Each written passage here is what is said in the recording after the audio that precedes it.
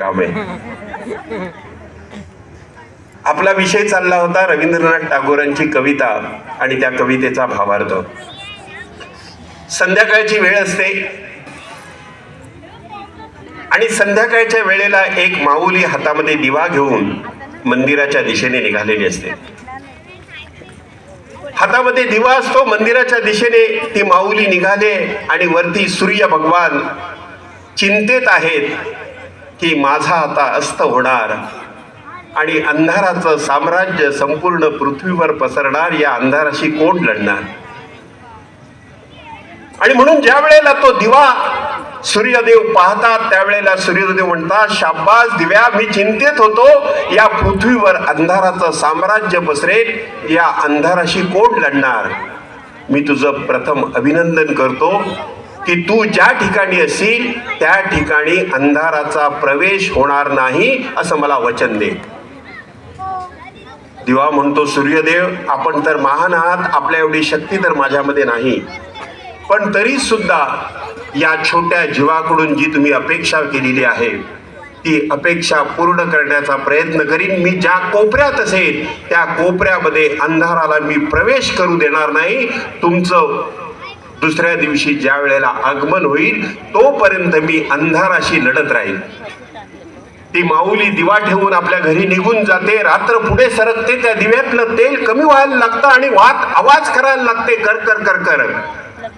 दिव्याला चिंता वाटते, मी सूर्यदेवाला वचन दिले, मी ज्या ठिकाणी असेल त्या ठिकाणी अंधाराचा प्रवेश होऊ देणार नाही. आणि म्हणून दिवा आपली सगळी शक्ती एकवटून प्रज्वलित राहण्याचा प्रयत्न करतो आणि या प्रयत्नामध्ये उशक काल होतो. सूर्यदेव म्हणतात, शाब्बास दिव्या, तू ज्या कोपऱ्यात होतास त्या कोपऱ्यामध्ये अंधाराचा प्रवेश झाला नाही. मंडळी, आपण जिथे कुठे राहत असाल, कोणी 5 नंबर मध्ये राहत असेल, कोणी 6 नंबर मध्ये राहत असेल, कोणी 7 नंबर मध्ये राहत असेल, कोणी 8 नंबर मध्ये राहत असेल, कोणी एखाद्या सेवा वस्तीमध्ये राहत असेल, कोणी उंच टॉवर मध्ये राहत असेल, आपल्या सगळ्यांनी हा प्रयत्न करण्याची गरज आहे. कारण आता केवळ रात्रच वैऱ्याची नाही तर दिवस सुद्धा वैऱ्याचा आहे. लव जिहादच्या शेकडो केसेस आमच्या समोर येत आहेत. धर्मांतरणाचं जाळं ख्रिश्चन मिशनरी वस्त्यांमध्ये जाऊन पसरवत आहेत. आपल्या मुलींना, महिलांना फसवण्याचे प्रयत्न कॉर्पोरेट जिहादच्या माध्यमातून होते. आपलं अन्न भ्रष्ट करण्याचा प्रयत्न थूक जिहादच्या माध्यमातून होतोय.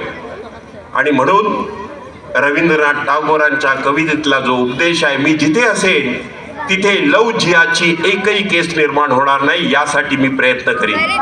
मी जिथे असेल त्या वस्तीमध्ये धर्मांतर होणार नाही असा प्रयत्न मी करेन. मी जिथे असेल तिथे जाती जातीत भेद, भांडण लावायचा प्रयत्न कोणी करणार नाही असा प्रयत्न माझा राहील. डॉक्टर बाबासाहेब आंबेडकर असो, महात्मा फुले असो, ही सगळी महामानव कोणा एका जातीची नाहीत, ती संपूर्ण हिंदू समाजाची राष्ट्रदैवत आहे. आणि म्हणून त्याचं पेटंट, त्याची ठेकेदारी कुणी घेतलेली नाही, ते संपूर्ण हिंदुस्थानचे महापुरुष आहेत. आम्हाला सगळ्यांना ते वंदनीय आहेत. आणि म्हणून अशा प्रकारे जाती जातीत भांडण लावण्याचा प्रयत्न जर कोणी करत असेल तो प्रयत्न आपण हाणून पाडला पाहिजे. आणि आपण आपल्या हृदयातला जो हिंदुत्वाचा दीपक आहे, हिंदुत्वाची जी ज्योत आहे, ती प्रज्वलित ठेवण्याचा प्रयत्न आपण कराल असा मला विश्वास वाटतो. आज या ठिकाणी आणखी एक आवाहन आपल्याला करतो. संघाच्या माध्यमातून वेळ कमी असल्यामुळे मी तुम्हाला काही सांगू नाही शकलो, पण अनेक संस्था काम करतात. विश्व हिंदू परिषद आहे, बजरंग दल आहे, भारतीय कामगार, राष्ट्रीय कामगार संघ आहे, विद्यार्थी क्षेत्रामध्ये काम करणारी अखिल भारतीय विद्यार्थी परिषद आहे, आमची राष्ट्रसेविका समिती आहे, दुर्गा वाहिनी आहे, अशा विविध संस्था आहेत. आपण या संस्थांमध्ये येऊनच काम केलं पाहिजे असा आमचा आग्रह नाही. तुम्ही जिथे आहात, रामानंदाचार्यांमध्ये कोणीतरी काम करतंय, कोणीतरी स्वर्गीय वामनराव पैंच्या संप्रदायामधून काम करतंय, कोणीतरी आणखी